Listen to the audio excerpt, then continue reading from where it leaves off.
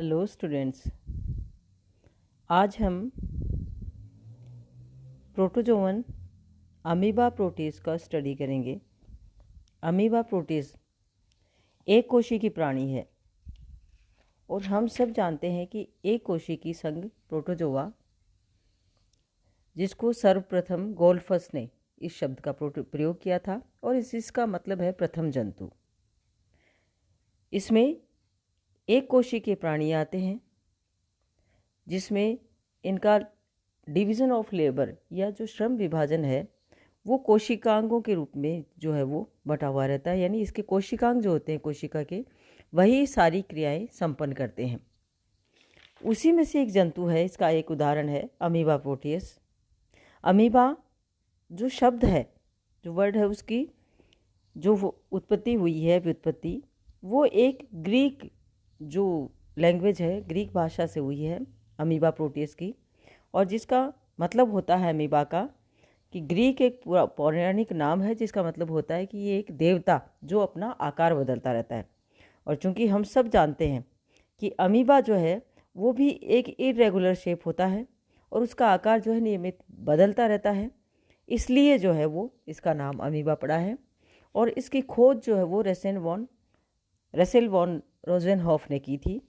ये एक जो है वो फ्रेश वाटर एनिमल है जो कि तालाब, झील, पोखरों में पाया जाता है और इसका भोजन जो होता है वो बैक्टीरिया, एल्गी, ये सब ये खाता है।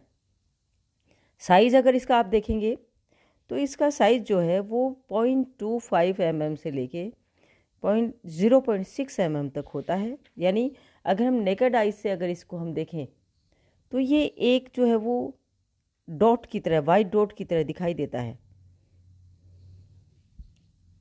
इसका जो प्रोटोप्लाज्म है वो इरेगुलर शेप का होता है, कलरलेस होता है यानी ट्रांसपेरेंट होता है, और इसका स्ट्रक्चर जो है वो रेगुलरली बदलता रहता है। इसके अंदर जब ये चलता है तो आगे की तरफ एक अतिवृद्धि या आउटग्रोथ निकलती है जिसको हम स्यूडोपोडिया कहते हैं, जिसके द्वारा इसका गमन होता है। स्यूडो का मतलब होता है आभासी, यानी looks like foot but exactly वो फुट नहीं होता है। और जब ये जिस दिशा में चलता है उस दिशा में स्यूडोपोड का फॉर्मेशन होता है। जब ये चल लेता है तो वहाँ पर ये स्यूडोपोड जो है वो ख़त्म हो जाता है और उसके बाद वहाँ पे एक झुर्री सी पड़ जाती है जिसको यूरोइड के नाम से जाना जाता है। इसकी शारीरिक क्रियाएं जो है इसके अंदर अगर हम देखेंगे तो इसका बॉडी का ऑर्गेनाइजेशन जो होता है वो प्रोटोप्लाज्मिक ग्रेड ऑफ ऑर्गेनाइजेशन पाया जाता है, यानी जीव द्रव्य प्रकार का। कहने का मतलब ये है कि इसका जीव द्रव्य किससे, प्रोटोप्लाज्म किससे बल्कि बनता हुआ है कि साइटोप्लाज्म और प्लस न्यूक्लियस। तो साइटोप्लाज्म में जो सेल ऑर्गेनेली पाई जाती हैं या कोशिकांग पाए जाते हैं और न्यूक्लियस, ये सब मिलकर इसकी शारीरिक क्रियाओं को सभी ये जो है वो लेबर ऑफ डिवीजन जो है इनमें बटा रहता है या श्रम का विभाजन इस प्रकार से होता है। इसके अंदर अगर हम देखें तो इसका जीव द्रव्य जो है वो दो भागों में बटा होता है। बाहर का जो होता है वो एक्टोप्लाज्म और अंदर का जो होता है वो एंडोप्लाज्म होता है। एक्टोप्लाज्म जो होता है वो पारदर्शी, पतला और गाढ़ा होता है। एंडोप्लाज्म जो होता है वो इसका अधिकतर भाग जो है यही बनाता है, ग्रेनुलर होता है ये, और ये फाइब्रोस होता है और ये जो है थोड़ा सा लिक्विडी फॉर्म में ज़्यादा होता है, यानी ये जो है वो कंसंट्रेट होता है तो ये डाइल्यूट प्रकार का होता है। इसके कोशिकांग अगर आप देखेंगे तो इसमें केंद्रक, food vacuoles, contractile vacuole, water vacuoles, mitochondria, Golgi complex, endoplasmic reticulum, ribosomes, lysosome और बाइरेमिडियल क्रिस्टल्स इसमें पाए जाते हैं। अब आता है इसका लोकोमोशन या गमन। जैसा मैंने पहले भी बताया कि इसके अंदर जो लोकोमोशन या गमन जो पाया जाता है वो आभासी पाद या स्यूडोपोडिया के द्वारा पाया जाता है। आभासी पाद या स्यूडोपोडिया जो है इसका फॉर्मेशन होता है जब ये चलता है तब, और उसके बाद ये ख़त्म हो जाते हैं। इसमें आभासी पाद या स्यूडोपोडिया जो होते हैं वो फिंगर लाइक प्रोसेस होते हैं जिनको लोबोपोडिया के नाम से जाना जाता है। और इनका जो निर्मा फॉर्मेशन जो होता है वो साइटोप्लाज्म का आगे की तरफ बढ़ता है, तो वहाँ की जो सेल मेम्ब्रेन होती है वो आगे खिसक जाती है और फिंगर लाइक प्रोसेस एक आउट ग्रोथ के रूप में बाहर निकल जाता है, जो कि सरफेस से नीचे टच करता है, उसको हम स्यूडोपोडिया कहते हैं। अमीबा की गति जो होती है लगभग 0.02 से 0.02 से 0.3 mm/मिनट होती है। आरंभ में ये स्यूडोपोडिया जो होते साफ चमकीला आगे की ओर टोपी के आकार का उभरा हुआ रहता है, जिसको हाईलाइन कैप के नाम से जाना जाता है। और ये टोपी जो होती है बेस से चिपक जाती है और इस तरह से ये लगातार बनते और बिगड़ते रहते हैं।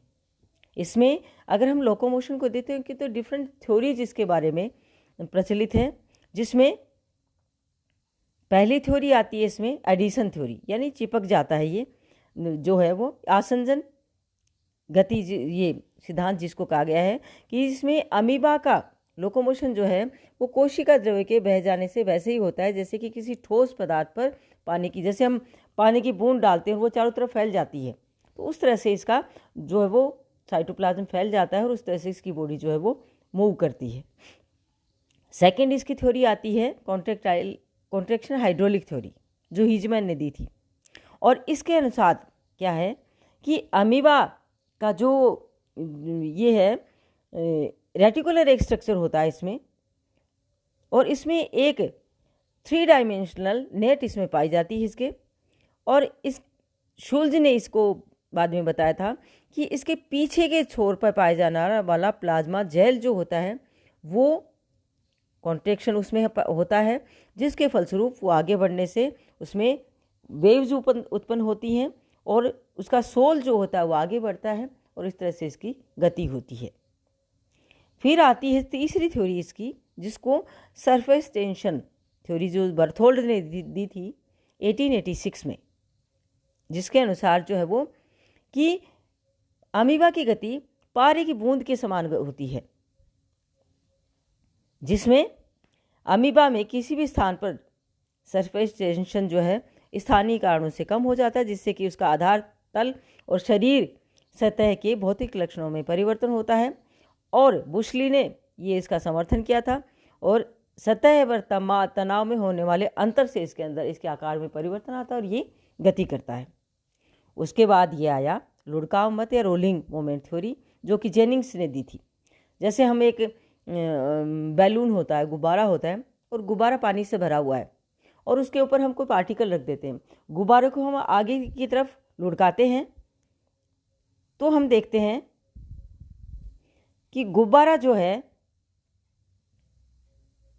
उस पर रखा हुआ कण जो होता है वो आगे की तरफ उसी वे में लुढ़कता है कि जैसे जैसे गुब्बारा का पानी जो है आगे रोलिंग होता हुआ चलता है, तो उसी हिसाब से वो पार्टिकल जो है वो मूव करता है। इसको जो है वो रोलिंग मोमेंट थ्योरी का नाम दिया गया है। जैसे कि डायग्राम आप देख रहे हैं कि पहला जो डायग्राम है उसमें पानी का भरा हुआ गुब्बारा है, उसके ऊपर पार्टिकल रखा हुआ है, उसको हम आगे खिसकाया तो उसका पार्टिकल भी आगे चला गया, और आगे खिसकाया तो उसका पानी नीचे आया तो उसके साथ साथ पार्टिकल नीचे आ गया, फिर पीछे की तरफ आ गया, तो इस तरह से ये मूव करता है। उसके बाद इसके आई वॉकिंग मोमेंट थ्योरी।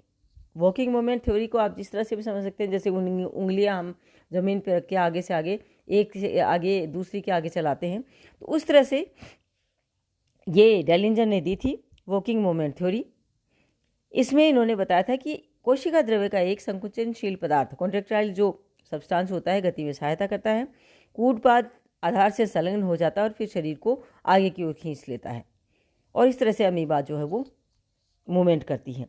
और सबसे लास्ट में इसका आया सोल जेल मेथड, जिसको सबसे ज़्यादा मान्यता मिली।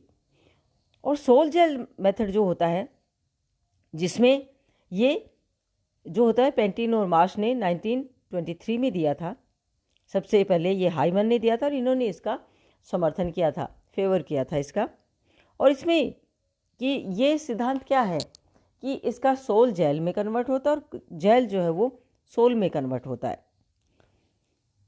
तो इससे जो है वो इसमें सूडोपोडिया बनते और बिगड़ते हैं।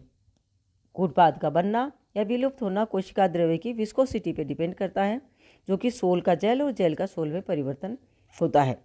इस गति में ये 4 क्रियाएं होती हैं। सबसे पहले पतली कोशिका कला प्लाज्मा मेम्ब्रेन चिपक जाती है आगे की तरफ, जिधर बढ़ना होता है वहाँ की सेल मेम्ब्रेन जो होती है वो आधार से चिपक जाती है। अमीबा के अगले सिरे पर प्लाज्मा जेल का स्थानीय आंशिक द्रवी, देखिए जेल बाहर की तरफ होता है, सोल अंदर होता है। सबसे पहले जिधर इसका निर्माण होता है वहाँ की सेल मेम्ब्रेन नीचे चिपक जाएगी, वहाँ का जो प्लाज्मा जेल जो है वो कुछ लिक्विडी फॉर्म में कन्वर्ट हो जाएगा और वो जो है उस दिशा में बढ़ेगा जिधर वो प्लाज्मा मेम्ब्रेन चिपकी है, और वहाँ से एक फिंगर लाइक प्रोसेस जो है वो आगे की तरफ बन जाएगा और ये जेल पर दबाव डालता है। इससे एक उभार के रूप में नया कूटपाद बनता है और सोल जो है आगे बने हुए कूटपाद में चला जाता है। और इसके बाद जो है पार्श्व में ये शीघ्रता से जेल में, देखिए जैसे ये डायग्राम आपको दे रखे हैं, डायग्राम में ऊपर वाला डायग्राम जो है उसमें आपको वॉकिंग मोमेंट की 2 स्यूडोपोडिया हैं, जैसे उंगली, जैसे मैंने बताया कि 2 उंगलियां आप सरफेस से लगा लीजिए, एक आगे चलती है फिर एक पीछे चलती है, तो उस हिसाब से इसमें वॉकिंग की तरह मूवमेंट होती है। नीचे वाले में आप देख रहे हैं ये अंदर का जो है वो सोल है और बाहर का जो है वो जेल है।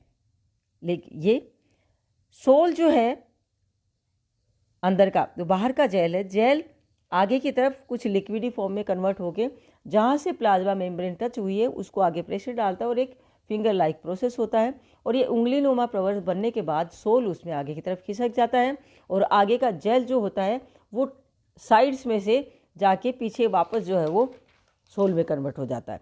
तो इस तरह से इसमें बार बार जो है वो कन्वर्जन चलता रहता है। उसके बाद आप देखेंगे ये कि इसमें कि पार्श्व में ये शीघ्रता से जेल में परिवर्तित हो जाता है। इस प्रकार एक जिलेटिन सदृश नली बन जाती है जिसके अंदर प्लाज्मा सोल आगे की तरफ बढ़ जाता है। शरीर के पिछले भाग में जेल के अंदर की सतह द्रवीकरण के द्वारा प्लाज्मा सोल में बदलने लगती है और जो पीछे से आगे की ओर आती रहती है।